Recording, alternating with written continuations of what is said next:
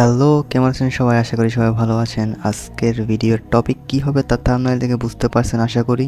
Video ভালো লাগলে like, comment and subscribe করে পাশে থাকবেন। সো বেশি কথা না বলে ভিডিও শুরু করা যাক। আজকের ভিডিওতে মূলত আমরা থাম্বনেলের সাইজ, সেভ এন্ড এক্সপোর্ট এই তিনটি টপিক নিয়ে আলোচনা করব। First of all thumbnail size. Thumbnail create করার জন্য আমরা ফার্স্ট এখানে নিউ ফাইলে যাব। এখন এখানে থাম্বনেলের সাইজটা আমার ইম্পোর্ট করতে হবে। ইউটিউবের রিকমেন্ডেশন অনুযায়ী থাম্বনেলের সাইজ হচ্ছে 1280x720, বাট এই সাইজটা নিলে থাম্বনেল এইচডি কোয়ালিটিতে এক্সপোর্ট হয়, বাট আমরা এটা ইউজ করব না। আমরা করব হচ্ছে 1920x1080 1080। এখানে আরেকটা জিনিস খেয়াল রাখবেন, এই রেজুলেশনের ব্যাপারটা। আপনাদের ল্যাপটপ বা কম্পিউটার যেখানে ডিজাইন করেন ওখানে যদি আপনাদের পিসি বা কম্পিউটার মোটামুটি একটু ভালো কনফিগারেশন হয় তাহলে আপনারা এখানে রেজুলেশন 300 নিতে পারেন। আর যাদের মোটামুটি আর কি মোটামুটি ল্যাপটপের কনফিগারেশন ভালো, মানে মোটামুটি চলে, তারা 100 এখানে 100 দিয়ে ইউজ করতে পারেন। যেহেতু আমার রেজুলেশন মানে পিসি কনফিগারেশন ভালো, তাই আমি 300 দিয়ে কাজ করতেছি। মূলত এইটাই আপনার থাম্বনেল সাইজ, এবং এইটাতে আপনি যদি থাম্বনেল ক্রিয়েট করেন এবং এখানে ক্রিয়েট করে এডিট করেন তাহলে আপনার মূলত থাম্বনেলের কোয়ালিটিটা বেস্ট থাকবে। আর ম্যাক্সিমাম ইউটিউবার থাম্বনেল ডিজাইনার যারা আছে তোরা ম্যাক্সিমাম এই সাইজটাই ইউজ করে। সেকেন্ড টপিকটা হচ্ছে থাম্বনেল সেভ। আমরা যে থাম্বনেলটা এডিট করলাম, এখন এই থাম্বনেলটা আমরা ব্যাকআপ হিসেবে একটা জায়গায় সেভ করে রাখতে চাই। এখন ধরেন আমি একটা থাম্বনেল তো ইম্পোর্ট করতেছি না, এখান থেকে একটা ছবি ইম্পোর্ট দেই। ওয়েট, ধরেন এই ছবিটা আমি ইম্পোর্ট দিলাম। এখন এই ছবিটা যদি আমি সেভ মানে এতটুকু আমি থাম্বনেল এডিট করছি, আর পরে আমি আবার এডিট করবো, এখন আর করতে ইচ্ছা করতেছে না। এখন এইটাকে আমি যদি সেভ করে রাখতে চাই, তো থাম্বনেল সেভের জন্য আমার ফার্স্ট অফ অল এখানে ফাইলে যেতে হবে। এখানে দেখেন সেভ অপশন একটা আছে, কন্ট্রোল, এটার একটা শর্টকাট কি আছে, কন্ট্রোল+S। কন্ট্রোল+S মারলেও এটা চলে আসবে। এছাড়া আপনি যদি এখানে সেভ অপশনে ফাইলে গিয়ে সেভ অপশনে যান তাহলে এই অপশনটা আপনার চলে আসবে। দেন আপনি এখানে অন কম্পিউটার, এখন আমি ফটোশপ 23 ইউজ করতেছি, তাই আমার এরকম দেখা যাচ্ছে 22 MB এরকম। যারা 18 তাদের ডাইরেক্ট ফাইলে নিয়ে যাবে। এখানে ক্লিক করার পর যেরকম ফাইল আসছে এরকম ফাইলে নিয়ে যেতে পারে, আপনারা এটা দেখে নেবেন। এখন এখানে ফাইলে আসার পর এখন আপনি থাম্বনেলটা সেভ কীভাবে করবেন। তো আপনার এখানে ফোল্ডারগুলো আছে, আপনি কোন ফোল্ডার নিতে চান এখানে আপনি ফোল্ডার সিলেক্ট করবেন, সি ড্রাইভ, ডি ড্রাইভ, যেখানে খুশি। ধরেন আমি ই ড্রাইভ সিলেক্ট করলাম। এখন আমি সেভ করব। সেভ করার জন্য আপনি থাম্বনেলের নাম কি দিবেন, এই যেখানে আপনার থাম্বনেলের নাম দিবেন। যেমন আমি এবি রাজ দিলাম, থাম্বনেলের নামটা দিলাম এবি রাজ।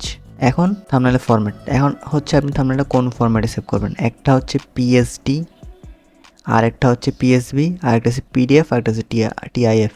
এটা ম্যাক্সিমাম ইউজার যারা আছে থাম্বনেল এডিট করে বা বিভিন্ন ফটো এডিটিং কাজ করে তারা ম্যাক্সিমাম পিএইচডিতে থাম্বনেলটা সেভ করে, কারণ পিএইচডিটা আপনার জন্য বেস্ট। ধরেন আপনার ফাইল আরও বড় হয়ে গেছে অনেক, মূলত 3-4 GB এরকম বড় হয়ে গেছে, তাহলে আপনি পিএসবিতে সেভ করবেন। তখন আপনার এই ফাইলটা পিএইচডিতে সেভ হবে না, কারণ পিএইচডিতে বেশি বড় ফাইল সেভ হয় না। তাই আপনার সাধারণত এত বড় ফাইল হবে না থাম্বনেল এডিটের সময়, পিএইচডি সেভ করতে পারবেন অলওয়েজ, তাই সবসময় পিএইচডি সেভ করবেন। এখন ধরেন আমি এই থাম্বনেলটা আমি এতটুকু যতটুকু কাজ করলাম, এই ফটোটা অ্যাড করলাম, এতটুকু আমি থাম্বনেলটা সেভ করব। এখন আমি একটা নিউ ফোল্ডার ক্রিয়েট করি।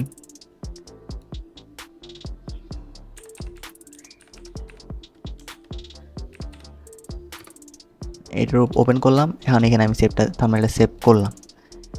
এখন আমি ফটোশপের এই ফাইলটা কেটে দিলাম। এখন যদি আমি এই যে এখানে ফাইল, আমার ফাইলটা ছিল যে লোকাল ডিস্ক ইতে থাম্বনেল, এই ফোল্ডারে। এখন এই দেখেন আমার ফাইলটা সেভ হয়ে গেছে। এখন যদি এটাকে আমি ওপেন করি, আমি যা করছি এই যে ফাইলটা এখানে চলে আসছে। এরকম করে আপনার অর্ধেক কাজ করে আপনি ফাইলটা সেভ করে রাখতে পারেন। পরবর্তী চাইলে আপনার বিভিন্ন যদি আপনার কোনো তাড়া থাকে, অর্ধেক থাম্বনেলটা এডিট করে পরে আবার কিছুক্ষণ পর থাম্বনেল এডিট করতে পারবেন। এইভাবে মূলত থাম্বনেলটা সেভ করে। এখন আমাদের লাস্ট টপিক হচ্ছে থাম্বনেল এক্সপোর্ট। থাম্বনেল সেভ করার জন্য মূলত আপনার ফার্স্টে যেতে হবে ফাইলে যাওয়ার পর এখানে অপশন দেখবেন এক্সপোর্টে যাওয়ার পর এখানে 2 নম্বর অপশন একটা দেখবেন এক্সপোর্ট অ্যাজ। এইটাতে ক্লিক করলে আপনার কীভাবে সেভ করবেন ফরম্যাটে চলে আসবে। এখন এইখানে একটা জিনিস খেয়াল করেন, মাউস পয়েন্টে এইখানে আপনার থাম্বনেলের রেজুলেশনটা দেখাবে, যেটা নিয়েছিলেন 1920x1080 ফুল এইচডি কোয়ালিটির রেজুলেশন এটা। আর এখানে আপনার থাম্বনেল কয় এমবি হয়েছে এটা দেখাবে। থাম্বনেলের ফরম্যাটটা আপনার এখানে দেখাবে, এটা কি পিএনজি আকারে সেভ করবেন নাকি গিফ আকারে নাকি জেপিজি। সবসময় থাম্বনেল জেপিজি সেভ করবেন। আর এইখানে আপনার থাম্বনেলের কোয়ালিটি দেখাবে। এখন দেখেন আমি যদি কোয়ালিটিটা বাড়াই, 7 করলাম, 7 করার সাথে সাথে দেখেন এখানে আমার থাম্বনেলের সাইজটা বেড়ে গেছে কত 939। এখন আমি যদি থাম্বনেলটা এই সাইজটা কমাই তখন দেখবেন আপনার থাম্বনেল সাইজটা কমে গেছে। অনেক সময় দেখবেন আপনি থাম্বনেল ডিজাইনের পর যদি আপনার ফাইলটা বড় থাকে বা কোয়ালিটি পিকচার কোয়ালিটি অনেক ভালো থাকে থাম্বনেল এডিটের সময়, তখন এই সাইজটা দেখবেন যদি আপনি 7 করেন, কোয়ালিটি যদি 7 করেন, তাহলে একটা জিনিস খেয়াল করবেন যে আপনার এখানে যে রেজুলেশন যেটা আছে, মানে রেজুলেশন বলতে সরি, আপনার যেখানে থাম্বনেলের যে সাইজটা আছে সেটা 2 MB প্লাস হয়ে গেছে।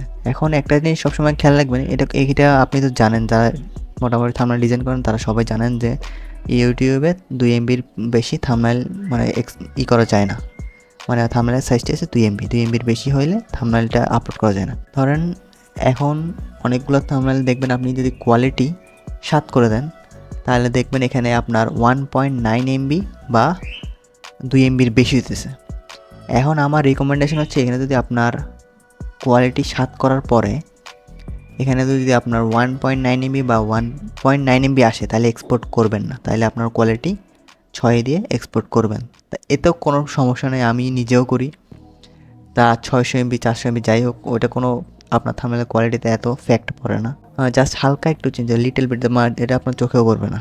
এখন যদি আপনার এখানে সাইজটা কোয়ালিটি 7 করার পরে এখানে আপনার সাইজ যদি 1.8 MB আসে, মানে 1.8 MB আসে, তাহলে আপনি ফাইলটা সেভ করবেন। তার মানে তাইলে আপনার ফাইলটা মনে হয় 19 MB দিতে হবে। 1.9 MBতে এক্সপোর্ট করতে মানা করতেছে, কারণ হচ্ছে 1.9 MBতে সেভ করলে অনেক সময় এটা 2 MBর বেশি হয়ে যায়, মানে 2.1 বা 2 হয়, তখন এটা ইউটিউবে আপলোডের সময় নেয় না। তাই আমার রিকমেন্ডেশন হচ্ছে এখানে যদি আপনার 1.8 মানে 1.8 MB দেখায় তখন ফাইলটা এক্সপোর্ট দিবেন। যদি এর বেশি হয় তাহলে আপনারা কোয়ালিটিটা কম করে এক্সপোর্ট দিবেন। আর বাকি যা আছে এখানে আপনার থাম্বনেল সাইজ, এখানে স্কেল, এগুলো আর কিছু আপনার চেঞ্জ করতে হবে না। এগুলো যেরকম আছে তেমন করবেন, তারপর এক্সপোর্টে ক্লিক করবেন। এক্সপোর্টে ক্লিক করার পর দেখেন আমি যে পিএসডি ফাইল যেটা আমি সেভ করছিলাম ওই নামটা দিয়েছিলাম এবি রাজ, মানে আমার চ্যানেলের নাম, এই নামটা আমার এখানে উঠে গেছে। এখন আপনি চাইলে থাম্বনেলের নাম আর একটাও দিতে পারেন, পিএসডি নাম একটা থাম্বনেল নাম, এটা আপনার উপর ডিপেন্ড করে। এখানে চাইলে আপনি থাম্বনেল নামটা দিতে পারেন, আর এখানে ফরম্যাটটা তো জেপিজি। তারপর যেখানে আপনার দরকার লোকেশন, ফোল্ডার, আপনার যেখানে ফাইল সেভ করার ইচ্ছা, যেমন আমি এখানে থাম্বনেল ক্রিয়েট করছিলাম, এখানে যদি আমি সেভ করি থাম্বনেলটা এক্সপোর্ট হয়ে গেছে। যদি আমি আপনাদের দেখাই, এই দেখেন আমি লোকাল ডিস্ক এই থাম্বনেল এই। আশা করি ভিডিওটা ভালো লাগছে, ভিডিওটা লাইক করবেন এবং একটা কমেন্ট অবশ্যই করবেন। আপনাদের লাইক এবং কমেন্ট আমার আরও ইন্সপিরেশন বাড়ায়। অ্যান্ড কমেন্টে জানাবেন এই ভিডিওর কোনো টপিক যদি না বোঝেন, আর নেক্সট কোন টপিকে ভিডিও বানানো যায় সেটাও জানাবেন। থ্যাংকস ফর ওয়াচিং, দেখা হবে পরবর্তী কোনো ভিডিওতে।